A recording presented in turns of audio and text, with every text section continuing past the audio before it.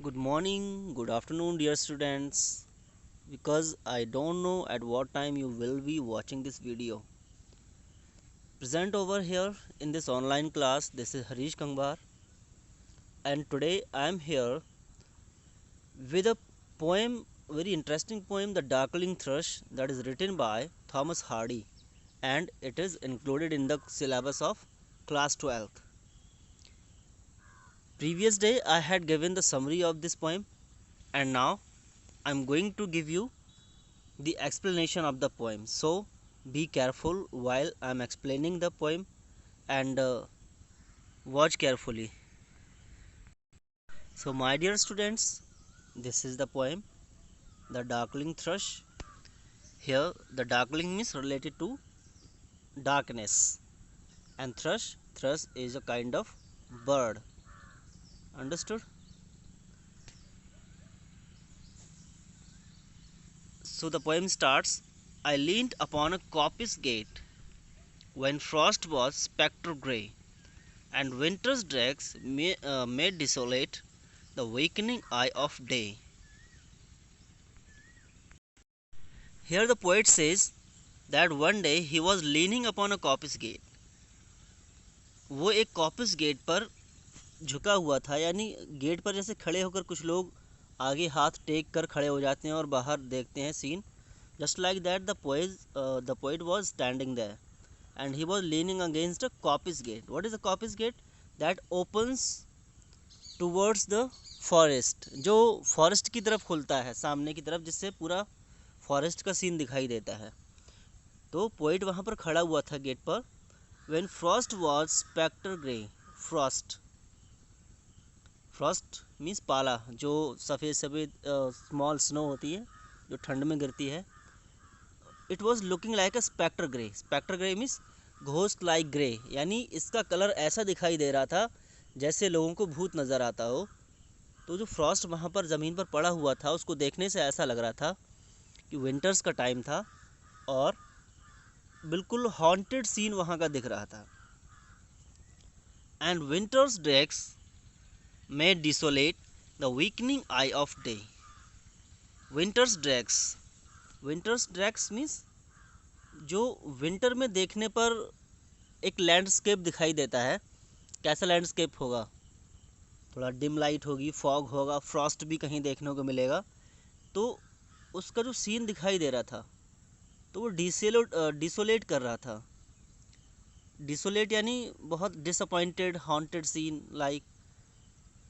और उसकी वजह से जो weakening eye of day means जब डे की लाइट डिम होने लगती है, जैसे आंखों की लाइट डिम होती है तो इंसान ब्लाइंड होने लगता है, लेकिन जब दिन की लाइट डिम होती है तो क्या होता है? इवनिंग आती है. Just like that. Then he says it was the time of evening. शाम का समय था और जो पोएट था वो अपने कॉपिस गेट पर खड़े होकर फॉरेस्ट की तरफ देख रहा था. फ्रॉस्ट भी पड़ा हुआ था, तो उससे वहाँ का जो सीन था अब भूत की तरह दिखाई दे रहा था. सब कुछ हॉन्टेड दिखाई दे रहा था. और जो विंटर्स की वजह से जो वहाँ की सीनरी दिख रही थी, तो बहुत डिसअपॉइंटेड और हॉन्टेड सीन दिख रहा था. The tangled vine stems scored the sky like strings of broken lyres. Tangles vine stems यानी जो बेलें होती हैं किसी भी चीज़ की, जैसे गॉड लौकी की होती हैं या फिर किसी और चीज़ की हो सकती हैं. तो उसकी जो बेलें थीं टैंगल्ड किए हुई थी किसी पेड़ पर, जैसे पेड़ पर लिपट कर बेलें ऊपर तक चली जाती हैं उस तरह से. तो कहता है कि स्कोर द स्काई, यानी बिल्कुल आकाश की तरफ बढ़ती जा रही थी वो बेलें. Like strings of broken lyres. Lyre is a kind of instrument, musical instrument. It's like violin और गिटार, जिसको हम हिंदी में वीणा बोलते हैं. वीणा जो माँ सरस्वती के हाथ में होता है. तो कहता है कि जो बाइन स्टेम्स हैं, जो बेलें हैं, वो पेड़ों पर इस तरह लिपटी हुई दिखाई दे रही हैं, आसमान की तरफ बढ़ती हुई जा रही हैं, जैसे कोई वीणा का तार टूट गया हो. वीणा टूट गई हो और उसके तार इधर उधर बिखरे पड़े हैं, तो कहने का मतलब एक डिसअपॉइंटेड सीन यहाँ पर क्रिएट किया जा रहा है। जब कोई म्यूजिकल इंस्ट्रूमेंट टूट जाएगा तो वो दुख की बात होगी। And all mankind that haunted नाई had sought their household fires. All mankind that haunted Noah, because of the scene, the whole mankind was haunted. पूरी जो मानव जानती थी, पूरा जो इंसानियत है, वो उस सीन को देखकर, बाहर के सीन को देखकर डर गई। जैसे लोग जब शाम होने लगती है, अंधेरा बढ़ने लगता है और ठंड का समय होता है, तो सभी लोग क्या करते हैं? Had sought their household fires. उन्होंने सिर्फ देखा किसे? अपनी हाउस होल्ड फायर, घर में जलने वाली आग को, फिर बस वहीं जाकर वो लोग बैठ गए। एक बार फिर से मैं रिपीट करता हूँ। I leaned upon a coppice gate when frost was spectre grey and winter's dregs made desolate the weakening eye of day. The tangled bine stems scored the sky like strings of broken lights and all mankind that haunted nigh had sought their household fires. So the poet was standing on a coppice gate, and he was viewing all the scene, and the imagery was just like a ghost-like and haunted one, and the features of landscape during the winter was like haunted. And then he sees on the tree the vine stems, and he remembers of the lyre. उसे वीणा की याद आ जाती है। और सब कुछ scene ऐसा इसलिए क्रिएट किया गया है, पोएट दिखाना चाहता है कि उस समय का सीन क्या दिखाई दे रहा था, यानी कहीं भी होप नहीं थी, बस डिसअपॉइंटमेंट ही था, हर जगह निराशा थी सिर्फ। यहाँ पर उम्मीद की उसे कोई किरण दिखाई नहीं देती है। And rhyming scheme you can see in this poem. What is the rhyming scheme? Gate, late, grey, day, sky, nigh, liars, fires. This is the rhyming scheme. How can we point it? A, B, A, B, and then C, D, C, D. This is the rhyming scheme because we start with A. Here is gate and this is grey. दोनों की rhyming scheme अलग है। तो यहाँ gate हो गया, ए आ गया, उसके बाद दूसरा आ गया तो बी आ गया। लेकिन गेट और डिसोलेट, गेट एंड लेट ये दोनों सेम है, तो यहाँ भी ए हो जाएगा। और यहाँ ग्रे और डे, यहाँ बी था तो यहाँ भी बी हो जाएगा। फिर स्काई, अब देखिए स्काई को हमने सी क्यों माना? बिकॉज स्काई इन चारों में से किसी में से नहीं मतलब मैच खा रहा है, तो इसलिए हमने इसको सी बना दिया, सी। फिर लायर्स आ गया, लायर्स भी किसी से ऊपर से मैच नहीं कर रहा, तो सी के बाद आएगा डी, तो यहाँ डी हो गया। तो सी डी, स्काई है, यहाँ नाई है, दोनों की सेम है, तो यहाँ भी सी हो गया। लायर्स है और फायर्स है, तो यहाँ भी डी हो गया। तो राइमिंग स्कीम क्या है? A B C D. This is the rhyming scheme. Got it? The land sharp features seem to be the century's corpse outleant. And now the poet describes कि वहाँ का जो सीन है क्यों इतना हॉन्टेड दिखाई दे रहा है। Lands sharp features seem to be, जितने भी फीचर्स थे वहाँ पर लैंडस्केप के, वो कैसे दिखाई देते थे? Century's corpse outleant. और मैंने समरी में भी बताया था कि इसको एक लैमेंट या एलिजी क्यों माना गया है। 19th सेंचुरी फिनिश हो रही थी, लास्ट में लिखा गया था दिसंबर में, तो 19th सेंचुरी फिनिश हो रही थी, तो उसको माना गया कि सेंचुरी डेड हो गई, ख़त्म हो गई। तो सेंचुरी क्या मान लिया? कॉप्स। कॉप्स क्या होता है? लाश, मुर्दा। आउटलैंड, तो उन्होंने कहा है कि जो सेंचुरी का जो शब्द था वो बिल्कुल पड़ा हुआ था, लेटा हुआ था। His crypt the cloudy canopy, his crypt,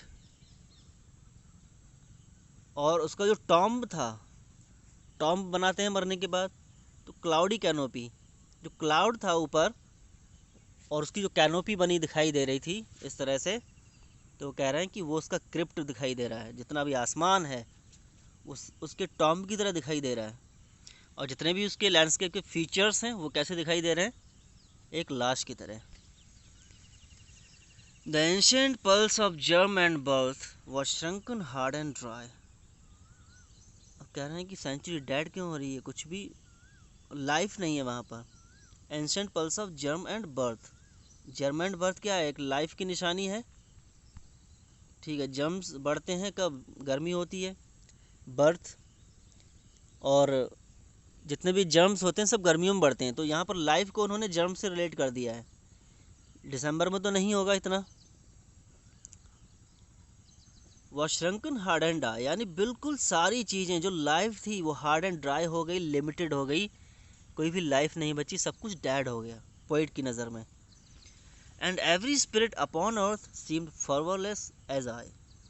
कहता है कि ज़मीन पर इस दुनिया में जितनी भी स्पिरिट्स थी, यानी जितने भी जानदार चीज़ें थीं, लिविंग थिंग्स, बिल्कुल मेरी तरह फॉरवरलेस थी सब. फॉरवरलेस मतलब अनएक्साइटेड और डिसअपॉइंटेड. सभी चीज़ें बिल्कुल डिसअपॉइंटेड और अनएक्साइटेड हो गई थी. किसकी वजह से, उसके सीन की वजह से, उस टाइम की वजह से. ऐसा लग रहा था कि सेंचुरी एंड हो रही है. तो सेंचुरी का एंड हो रहा है एक डेथ की तरह. सेंचुरी को उन्होंने एक लिविंग थिंग मान लिया, और यहाँ पर हम इसे पर्सनिफिकेशन बोल सकते हैं. Figure of speech, personification. At once a voice arose among the bleak twigs overhead, in a full-hearted evensong of joy illimited. An aged thrush, frail, gaunt and small, in blast barefoot plume. यहाँ पर देखिए ऊपर की जो 2 stanzas थे उसमें सिर्फ disappointment की बात हुई है, सिर्फ अनएक्साइटमेंट की बात हुई है, सिर्फ रोने धोने की बात हुई है ऊपर. लेकिन नीचे यहाँ से तुमको एक देखने को मिलेगा, जब यहाँ पर थ्रश की बारी आती है, थ्रश जो बर्ड है, तो कहता है कि एक आवाज़ सुनी, दिखाई दी, आवाज़ गूंज रही थी. कहाँ, ब्लीक ट्विग्स ओवरहेड, उसके सिर के ऊपर जो पेड़ था उसकी टहनियों में. ब्लीक ट्विग्स यानी बेजान पड़ी हुई टहनियाँ. In a full hearted evensong, यानी पूरे जोर शोर से अपनी दिल से एक चिड़िया गीत गा रही थी. ऑफ जॉय इनलिमिटेड, इनलिमिटेड मीन्स अनलिमिटेड, यानी अनलिमिटेड जॉय के साथ एक थ्रश नाम की चिड़िया पेड़ की टहनी पर बैठी हुई गीत गा रही थी. एन एज्ड थ्रश, यानी ओल्ड था वो. Frail, gaunt and small. Frail means weak, gaunt यानी थिन बॉडी, जो बहुत देखने में दुबला पतला लगता है, एंड स्मॉल, छोटी सी.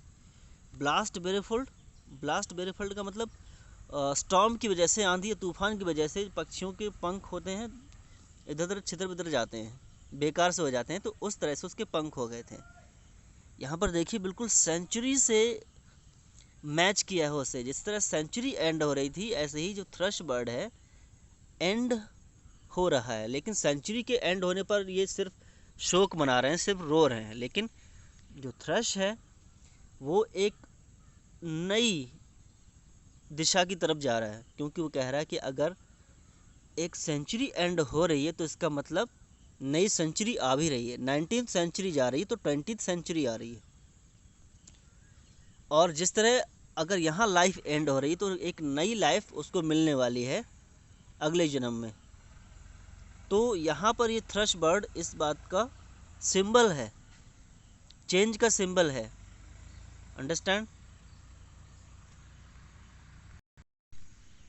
And the thrush had chosen thus to fling his soul upon the growing gloom. और पोएट कहता है जो थ्रश है ना, उसने अपने आप को चूज़ किया है, यही टाइम चूज़ किया है कि वो अपनी सोल को फ्लिंग कर देगा, अपनी सोल को अपनी बॉडी से अलग कर देगा, यानी मर जाएगा. अपॉन द ग्रोइंग ग्लूम, यानी इस बढ़ते हुए अंधकार में. इतना हॉन्टेड सीन जो क्रिएट किया है शाम का, शाम भी है, evening time, and all the things are looking haunted like spectre grey, ghost like grey. So the bird has chosen to fling its soul in this darkness and in this kind of scenery. So little cause for carolings of such ecstatic sound. तो poet कहता है कि जो कैरोलिंग्स हैं, यानी जो कैरोलिंग्स क्या है, जो सॉन्ग्स होते हैं कैरोलिंग्स बोलते हैं, ठीक है, कि इतनी एक्सटैटिक साउंड वाली जो कैरोलिंग्स हैं, एक्सटैटिक साउंड यानी बहुत ही मन को लुभाने वाली साउंड, उनका जो कॉज क्या है, was written on terrestrial things afar and nigh around. उनका जो रीज़न था टेरेस्ट्रियल थिंग्स पर, आसपास की चीज़ों पर लिखा हुआ दिखाई दे रहा था। यानी उसके गाने का वजह थी क्या थी, वहाँ की सीनरी, वहाँ जो कुछ भी दूर में पास में दिखाई दे रहा था वो उसके गाने की वजह थी, उससे उसे इंस्पिरेशन मिल रही थी गाने की। That I could think that trembled through his happy good night air, and he says that I could think, कहता है कि मैं काश सोच पाता लेकिन सोच नहीं पाया, क्या जो चीज़ वो बर्ड सोच पा रही थी। Tremble through his happy good night air, happy good night air यानी वो गुड नाइट बोल रहा था, अपनी लाइफ को भी विदा कर रहा था। और हैप्पी गुड नाइट एयर का मतलब जो एयर उसके मुंह से बाहर निकल रही थी, जो वो गा रहा था, जो सिंगिंग कर रहा था। Some blessed hope whereof he knew, कहता है कि कुछ ब्लेस्ड होप के लिए गा रहा था, उम्मीद के लिए गा रहा था। And he hoped that if the century is going to an end, then new century will come, new things will come and it will be a fresh start. And just like that if he is dying here, he will have a new birth in a new world. उसे उम्मीद है, क्योंकि जो change है, change is the law of nature, जो परिवर्तन है प्रकृति का नियम है, और वो ज़रूरी है, क्योंकि अगर एक ही चीज़ एक जगह रहेगी तो वो भी करप्ट हो जाएगी, चाहे कितनी भी अच्छी चीज़ हो, अगर वो मूवमेंट में नहीं है तो वो भी खराब हो जाएगी। तो यहाँ पर पोएट कहता है कि उसे जिस ब्लेसिंग की उम्मीद थी, जो उसे उम्मीद थी, मैं उसे नहीं जानता था। एंड आई वॉज अनअवेयर, यानी जिस उम्मीद से मैं अनजान था, वो उम्मीद उसे दिखाई दे रही थी, और उस उम्मीद के साथ साथ वो सिंगिंग कर रहा था। So this is the whole explanation of the darkling thrush. So dear students, I hope that you have understood very well, and yet if you have any doubt, any problem, so you can write to me, and you can comment on YouTube also on my channel, and subscribe for more videos, because now it is the starting and you are going to get important videos from this channel in every field, like literature, poems, short stories and drama, and in language also. Whole syllabus will be provided on this channel. Thanks and have a nice day.